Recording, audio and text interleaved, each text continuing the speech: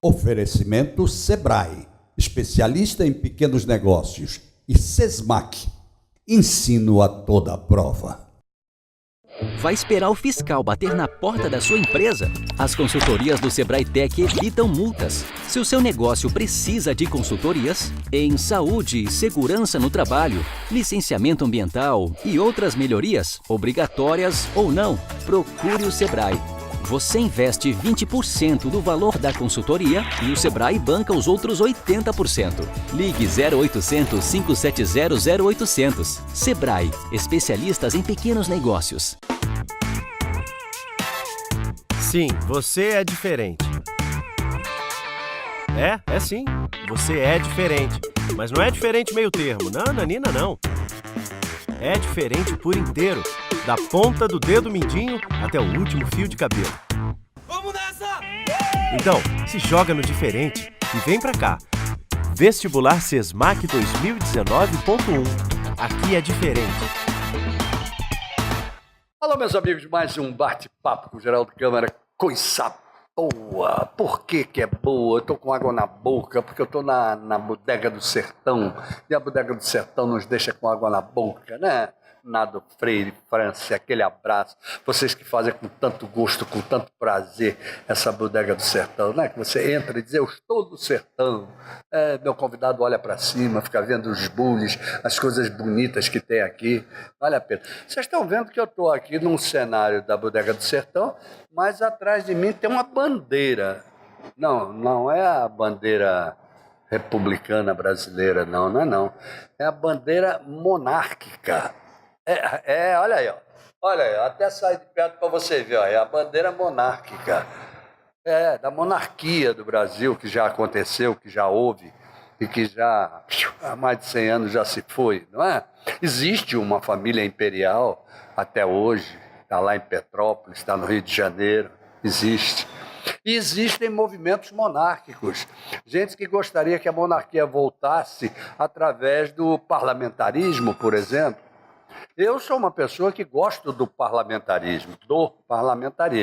Eu não sei se monárquico, se sob o regime presidencial, não sei, mas que o parlamentarismo é bom, é. Só que aqui hoje conosco tem um expert no assunto, que é o Alexandre Toledo. Alexandre Toledo não é aquele Alexandre Toledo que a gente de vez em quando traz, não, é outro. Alexandre Toledo, não é o de Penedo, não. A gente traz aqui ele que é arquiteto, é professor da UFAL, e que está à frente do movimento monárquico. Aí ele gosta do assunto e acha que um dia, quem sabe, a monarquia volta a existir no Brasil. Não é, Alexandre? Como vai você? Boa tarde a todos. Então, é um prazer estar aqui e conversar com esse assunto que me é muito caro, que é o movimento monárquico em Alagoas. A bandeira, como está aqui atrás colocada, é a mesma que durou todo o período do Império, né? Quase 60 anos. Foi a bandeira da independência. Perfeito. De 1822, e que foi um projeto do Debré, do Auguste Debré, muito bem, aquele arquiteto que veio com a missão francesa arquiteto e para pintor, o Brasil, de altíssima qualidade. Isso, e que foi a pedido do imperador da época, o primeiro, né, o Dom Pedro I, e da sua imperatriz, Dona Leopoldina, que representaram, naquele momento, as duas cores dos dois grandes impérios que se juntaram com esse grande casamento. Então, o verde, dos Bragança, do Reino de Portugal, e o amarelo, do Reino de Habsburgo, lá da Áustria, de onde vinha a arquiduquesa da Áustria, a Leopoldina. Perfeito. De início princesa e depois a nossa primeira Eu imperatriz. gostaria de abrir um parênteses, só porque como você citou o Debré como sendo o autor da bandeira do Império, é preciso lembrar que ele foi o maior pintor de retratos, né? Retratos. Mas ele pintava, parecia eu ia dizer retratista, mas não é. Mas ele foi quem melhor retratou toda aquela época do Império, o Brasil colonial e o Império. Exatamente. E foi muito interessante a passagem dele pelo Brasil, não é isso? Isso. Muito bem, continuemos então. Bom, sobre a bandeira, né? Continuando, então o imaginário da bandeira, que na verdade para a bandeira republicana só mudou o conteúdo central. Então o conteúdo original é o escudo inglês com essa esfera armilar e a coroa imperial e os 2 ramos dos principais produtos de exportação da época do Império, isso 1822. Né? Então a gente tem o tabaco do lado esquerdo e o fumo do lado direito. Lembre-se que a bandeira da República, do golpe republicano de 1889, manteve os 2 principais elementos, o losango e o aspecto verde, mas incluiu aí só o círculo com o dizer ordem e progresso, que era o lema dos positivistas da época. Esse livro, que eu aqui tenho em mãos, que é A Formação das Almas, explica muito bem toda essa simbologia, tanto do Império como depois aqui a bandeira republicana que temos até hoje incorporou como elementos. Bom, agora me diga uma coisa, da monarquia para cá já se vão 129 anos. E você imagina o seguinte, que a população brasileira se acostumou, evidentemente, com o regime republicano, já passou por ditadura, já passou por democracia, já passou por autocracia e por aí vai, certo? Por que vocês defendem, vocês que pertencem ao movimento, defendem a volta da monarquia? Não é isso que vocês defendem? Isso. Muito bem, por quê? Então vamos lá. Como alguns sabem, com o golpe republicano de 1889, para Alagoas isso é muito forte, porque quem promoveu o golpe, ou a cartada final do golpe, foi o nosso Marechal Deodoro, né? Que era amigo pessoal do imperador Dom Pedro II. Certo. Né? Inclusive, um dos irmãos do Marechal Deodoro tinha o título de Barão do Império, né? O Barão de Alagoas, que recebeu por ser médico, né, e também era muito próximo do nosso imperador Dom Pedro II. Então, desde o golpe até hoje, a gente tem que ver alguns momentos muito importantes da história da monarquia brasileira. Eu queria abrir um parênteses para os mais incautos, só para dizer que o que ele chama de golpe republicano é a proclamação da República. Então, esse é o título que nós conhecemos dentro da nossa história. O golpe é ele que está falando, então ele vai ter que defender por que foi golpe. Vamos lá. Então eu vou falar em 3 autores que dizem por que foi um golpe. Né? Primeiro, não havia uma vontade popular em derrubar o Império. Certo. Esse é o primeiro aspecto. Segundo, ele foi promovido apenas pelos militares insatisfeitos com seus soldos. Né? O projeto de aprovação do Montepio, ou como hoje nós conhecemos a aposentadoria dos militares, tramitava no parlamento monárquico, porque nós éramos uma monarquia parlamentar constitucional. O Brasil nunca foi uma monarquia absolutista. Desde a sua fundação em 1822, que passou a utilizar o regime parlamentar, instituído mais na frente, já com Dom Pedro II, em 1845, o parlamentarismo. De início ele tinha traços liberais, mas não chegava a ser um parlamentarismo constituído. Então, voltando, apenas os militares que proclamaram o que você está colocando como proclamação da República. Por isso que a gente entende um golpe militar. Até porque, naquela altura... Mas eu estou aqui para ser o advogado do diabo e ouvir você. Isso. Então vamos nos basear em 3 autores. O primeiro, um bastante conhecido, que é jornalista, como você, Laurentino Gomes. O Laurentino Gomes, como ele escreve aqui, em 1889, e coloca todos os bastidores do que aconteceu naquele fatídico dia de 15 de novembro de 1889. Muito bem. Uma grande armação de 3, eu diria, componentes daquela política da época. Alguns políticos do Partido Republicano. Vejam como o Império do Brasil era liberal. Permitia o funcionamento de um partido chamado Republicano, que tinham sido eleitos apenas 2 deputados paulistas. Então, 2 deputados no parlamento eleito, como poderia produzir uma revolução, se não por meio de um golpe? Certo. O segundo grupo eram os jornalistas, os advogados, os liberais da época. Né? Esse grupo aí a gente tem alguns nomes importantes, como Quintino Bocaiúva. E o terceiro grupo, os militares que estavam insatisfeitos com os seus soldos. Sim, mas além dos 2 deputados, dentro do próprio grupo dos liberais, havia também muita gente infiltrada que queria a proclamação da República. Que não era o povo, né? Eram os grandes fazendeiros de café do oeste de São Paulo, que queriam mais liberdade econômica e viam que, alimentando a ideia da República, isso aí iria favorecer os negócios de exportação por meio do Porto de Santos. Muito bem. Que, pelo como vocês veem a bandeira, o café ele é implantado no Brasil muito antes, desde a proclamação da República, que já era um produto de exportação importante, e no final do Império, mais ainda, Muito era bem. o principal produto. Você- Então, o que é que eu quero firmar? Vejam, pouquíssimos atores estão envolvidos com o golpe republicano. O Marechal Deodoro era amigo pessoal do imperador e ele era mais monarquista do que o próprio imperador Dom Pedro II. O imperador Dom Pedro II era um homem brilhante, muito à frente à sua época. Inclusive, ele deixou claro em alguns textos que defendia que o mundo precisaria mudar e que o modelo republicano seria viável, sim, e que ele gostaria de ser eleito o primeiro presidente do Brasil. Então era um homem que tinha a mente muito aberta para as mudanças que aconteciam na Europa. Agora, por que o golpe e por que em 1889? Muito bem. Faziam 100 anos da Revolução Francesa. Muito bem. E o grupo que estava coordenando os militares, que tinha uma vinculação com o positivismo francês, do Auguste Comte, na pessoa de Benjamin Constant, ele queria deixar marcado que naquele ano, pelos 100 anos da Revolução Francesa, deveria acontecer a mudança de regime do Brasil, pelo positivismo. Então, haviam três correntes. A positivista francesa, representada pelos militares, a dos liberais do oeste de São Paulo, dos grandes empresários, que queriam um modelo mais inglês, e a dos jornalistas e advogados, que queriam um modelo à la Revolução Francesa. Muito bem. Agora eu pergunto a você, o que seria de um regime monárquico hoje, nesse Brasil de intensa corrupção, por exemplo, que nós vivemos, onde essa nossa democracia está tão aviltada? Por que chegaria um regime monárquico e mudaria o status quo? Vamos lá. Eu vou responder com os países de maior IDH do mundo, né? Dos 10 países com maior IDH no mundo, 7 são monarquias constitucionais parlamentares. Muito bem. Será que essa é uma boa resposta?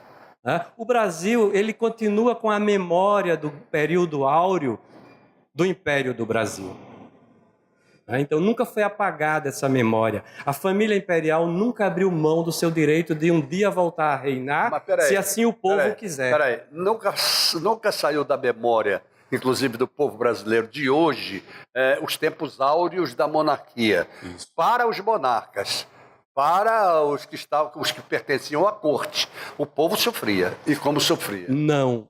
Dom Pedro II era um imperador muito querido. Não tão peremptório, você guarda para o segundo bloco. Ok. Ok? Vamos lá, gente. Lembrando a vocês do nosso querido Sesmac, conheço, claro. Do nosso querido Sesmac. Lembrando a vocês que o Sesmac encerrou as suas inscrições para o vestibular. Vamos torcer cada vez mais que os vestibulandos entrem no Sesmac, porque vale a pena e vai valer a pena sempre, não é? Lembrando a vocês agora, de novo, que existem os cursos de pós-graduação que estão aí à disposição de todos e que vocês devem e podem se inscrever nos cursos de pós-graduação do Sesmac, que é de altíssimo nível, pode ter certeza disso. Sesmac, que é fantástico. Lembrar para vocês do Sebrae, aquele que precisa ser ouvido pelos empreendedores de um modo geral, porque é especialista em pequenos negócios, sabe tudo e vai orientar você a crescer. Imprensa Oficial Graciliano Ramos, Sancar Veículos no pátio de um supermercado, Bodega do Sertão e Filé do Zezé. Voltamos já. Sim, você é diferente. É sim, você é diferente. Mas não é diferente meio termo, não, Nanina, não. É diferente por inteiro, da ponta do dedo mindinho até o último fio de cabelo. Vamos nessa! Então, se joga no diferente e vem pra cá. Vestibular Sesmac 2019.1. Aqui é diferente.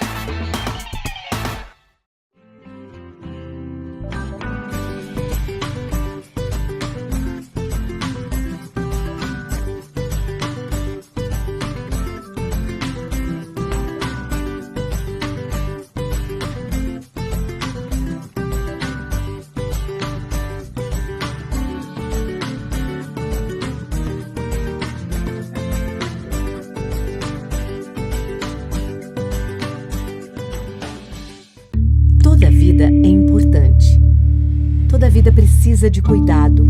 Algumas vidas pedem pressa. Quem tem câncer não pode esperar.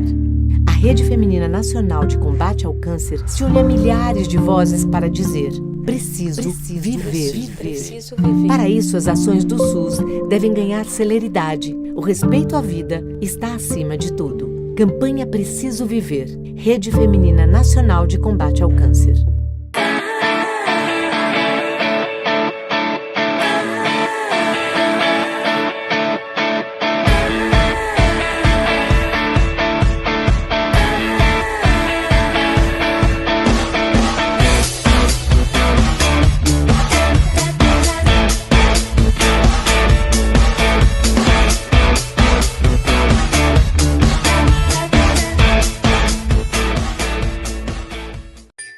Há mais de um século, esta marca vem crescendo,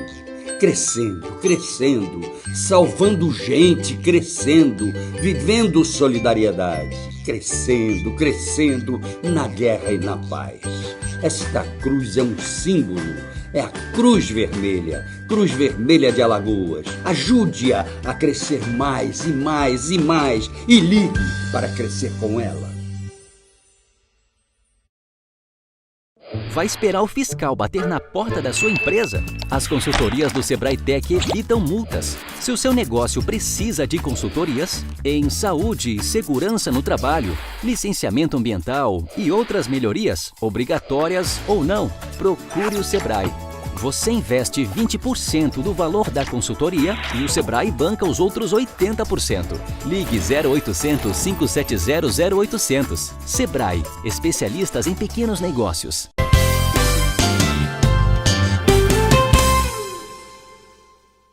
Muito bem, gente, voltamos ao nosso bate-papo com o Geraldo Câmara de hoje, conversando com Alexandre Toledo, que é arquiteto, professor da UFAL, monarquista até debaixo d'água, está dando uma aula aqui sobre o que foi a monarquia e sobre o movimento monárquico. Isso não é, inclusive, assunto para um programa só, não.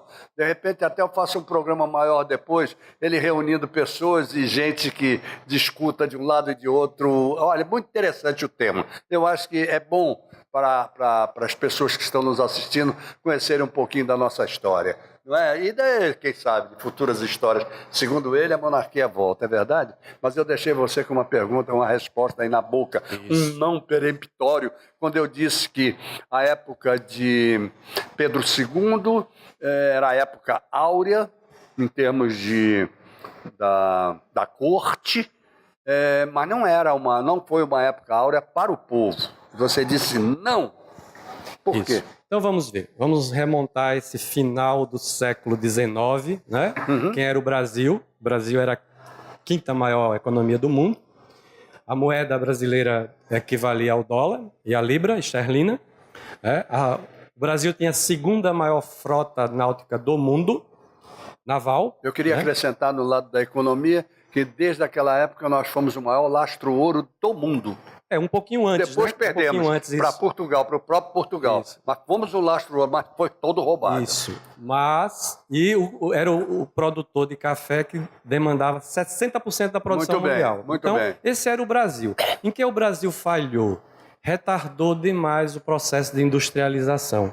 Né? As iniciativas do Barão de Mauá, elas não foram na escala necessária para que o país saísse da sua condição agropecuária, na verdade muito mais da agricultura, né, de exportação, e passasse para um modelo industrial como já havia sido desenvolvido, principalmente no norte da Europa, e os Estados Unidos como potência emergente. Eu concordo com você. Isso, de certa maneira, foi o que retardou, eu diria, o crescimento e a permanência do Império. Na verdade, o Império ele cai por algumas razões muito claras e muito objetivas. O primeiro deles é a questão da sucessão. O Dom Pedro II não teve um filho homem que viveu mais tempo. Os dois filhos homens de Dom Pedro II morreram em tenra idade. Mas teve uma grande filha. E a filha, a princesa Isabel, como era casada com o seu consorte, que era herdeiro do trono da França, os brasileiros tinham uma certa relutância de que ele passasse a ser, de fato, o regente do Brasil como o consorte. o Conde D ele teve que abrir mão da sucessão da França, que Muito também bem. tinha sido destituída há poucas décadas, né? O pai dele vivia no exílio na Inglaterra, Perfeito. e os brasileiros tinham esse temor do Brasil ser governado por um não brasileiro, Muito bem. já que a princesa Isabel e o Dom Pedro II, né, eles eram nascidos no Brasil. Então eles podiam dizer que eram monarcas genuinamente brasileiros. Esse foi um dos primeiros motivos. Apesar de que, todos sabem, que a princesa Isabel foi importantíssima, sobretudo na abolição da escravatura. Né? Um ano antes da proclamação da Muito República. antes, né? Não, Desde as primeiras... ano antes, Sim, sim. 1888. É o final, né? A Lei Áurea. Mas o que antecedeu a Lei Áurea? Claro. Tanto a Lei dos Ventre Livre, que é assinada pela princesa Isabel, como também a dos sexagenários. Perfeito. Nas viagens do imperador Dom Pedro II longínquas, tanto para os Estados Unidos como para a Europa, nessas ausências ele já tinha arquitetado o plano do parlamento aprovar gradativamente a libertação dos escravos e deixava a filha como regente, a princesa Isabel, Exatamente. e que ela quem assinou os decretos para essa promulgação Agora dessas leis. vamos pular essa parte para a gente poder chegar, porque você vai ter que voltar a esse programa, não tem a dúvida. Mas deixa eu responder o não. Eu estava respondendo a primeira questão. Porque eu preciso Então, por entrar quê? no que vocês estão fazendo agora. E eu vou responder com esse autor, José Murilo de Carvalho, é um historiador mineiro que tem várias obras sobre esse período do Império. Ele não é um defensor árduo do Império, não. Ele coloca aspectos objetivos da necessidade do Império ter caído naquele momento,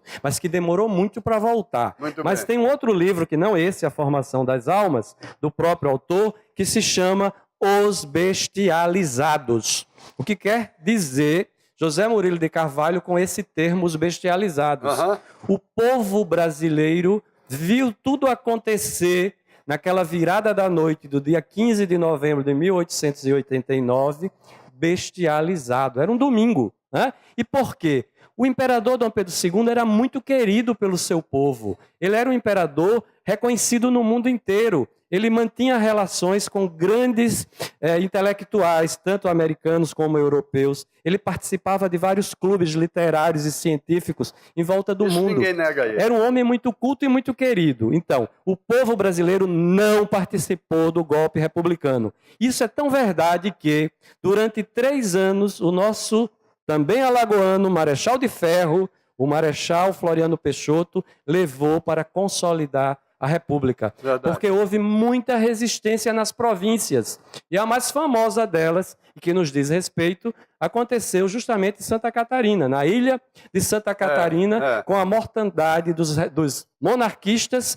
que resistiram arduamente e que foram degolados pelas tropas de Floriano e que, com isso, mudaram o nome da cidade, a atual capital do estado de Santa Catarina, de Desterro para Florianópolis, em homenagem ao nosso Marechal. Meu querido Alexandre Toledo, a família imperial existe até hoje. Inclusive, ela vive às expensas do governo brasileiro, ainda, porque tem direito... Não, ela tem direito a receber bônus pelas terras que ocupa. Em Petrópolis, não? É o Laudêmio, é outra coisa. Laudêmio, dá no mesmo, pô, é a mesma coisa, só muda de nome. Não é. Vamos esclarecer então, vamos esse fato. Só muda de nome para mim. Primeiro, esclarecer uma informação do Câmara, né, do início, que eu deixei guardando para no momento certo fazê-lo, que a família imperial não mora em Petrópolis. Né? Quem mora em Petrópolis é uma parte da família imperial que não é dinástica, ou seja, não está na linha de sucessão. Então, quem é que está na linha de sucessão? Quem está na linha de sucessão, que é o Dom Luiz Gastão, que é o primeiro, e o segundo é o Dom Bertrand, que eles moram em São Paulo, no Pacaembu, na rua Itápolis. Não, mas aí não tem nada uma coisa a ver com outra. Mas as terras onde eles... tem uma coisa a ver com a outra. Eles têm Laudêmio, onde é que são? Então vamos dizer, por que tem a ver uma coisa com a outra. Vamos voltar ao exílio da família imperial, lá na França, com a princesa Isabel Conde D e seus 3 filhos homens. O primeiro filho homem, que era o Dom Pedro Gastão, ele abriu mão da sucessão do trono porque preferiu se casar com uma duquesa tcheca. Então ele abriu mão oficialmente, a pedido da mãe da princesa Isabel, que faz parte da linha de sucessão dinástica, de precisar casar com uma princesa. Então o herdeiro ele só pode ter direito ao trono se ele se casar com uma princesa. E só o segundo filho que se casou com uma princesa da Baviera. Então, o direito de sucessão do trono é do segundo filho. Quando eles voltam, depois do exílio, em 1920, quando acaba o banimento, né? O primeiro filho que foi morar em Petrópolis não era mais da linha sucessória. Muito bem. Então vamos fazer o seguinte, eu não quero terminar esse programa sem terminá-lo. Vamos. Porque a gente vai fazer outros. Opa. Porque o assunto é palpitante demais, ok? Mas eu não posso deixar de mostrar qual foi o motivo da sua vinda aqui.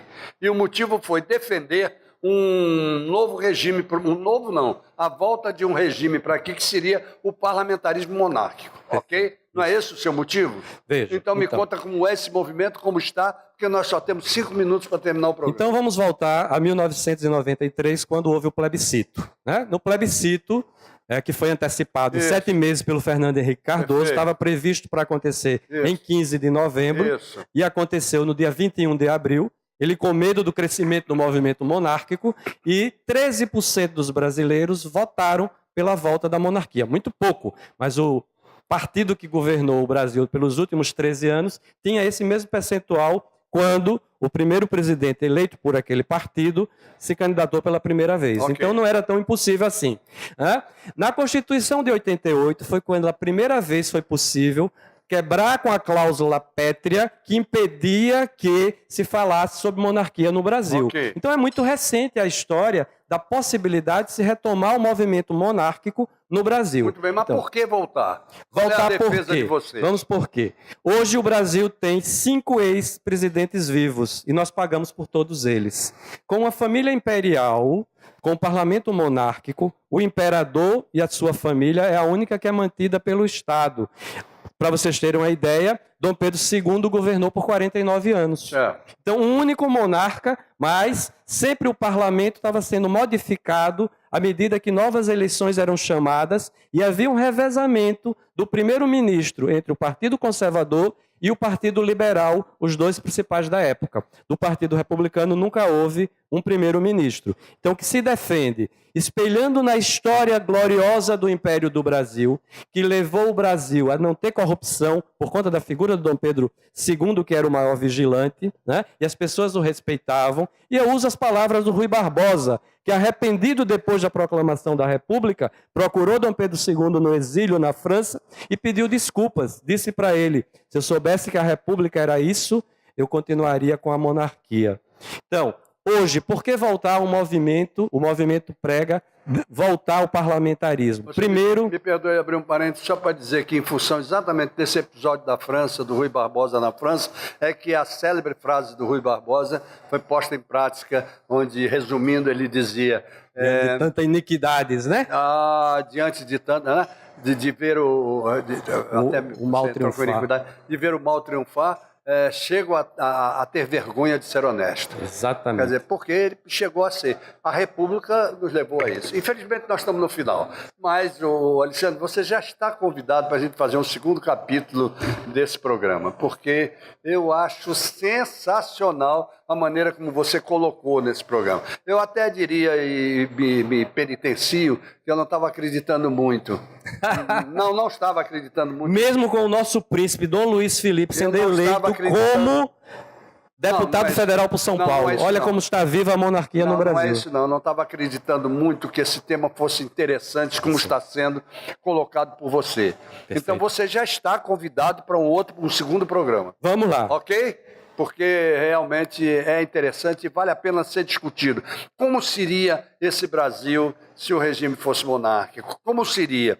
Como seria a constituição de um regime monárquico parlamentarista? Como seria essa constituição? Isso tudo precisa e seria interessante ser discutido. Perfeito. Então eu agradeço profundamente a sua presença aqui e peço a você que dê uma última mensagem aí, 30 segundos. Bom, o movimento Monarca em Alagoas está bem estruturado, temos página na internet e no Facebook. Quem tiver interesse, procure Monarquistas de Alagoas. Ali constam os eventos que nós organizamos mensalmente. Geralmente a gente participa do Bandeiraço, que acontece no dia 7 de setembro e no dia 15 de novembro, que é um movimento de rua, onde levamos as bandeiras do Império e divulgamos esse material que esclarece essas questões que o Câmara colocou, né? Por que parlamentarismo, por que monarquia e por que está tão presente na memória do brasileiro esse período áureo do Império do Brasil. Muito obrigado por ter vindo, Alexandre. Aguarde carta, como a gente diz. Tá bom? Obrigado mesmo, viu? E obrigado a vocês também que estiveram conosco até agora. Até amanhã, se Deus quiser, com mais um bate-papo com o Geraldo Câmara. Ele mandou dizer que quer, então, encontro marcado, quem manda é ele. Oferecimento Sebrae, especialista em pequenos negócios, e Sesmac, ensino a toda prova.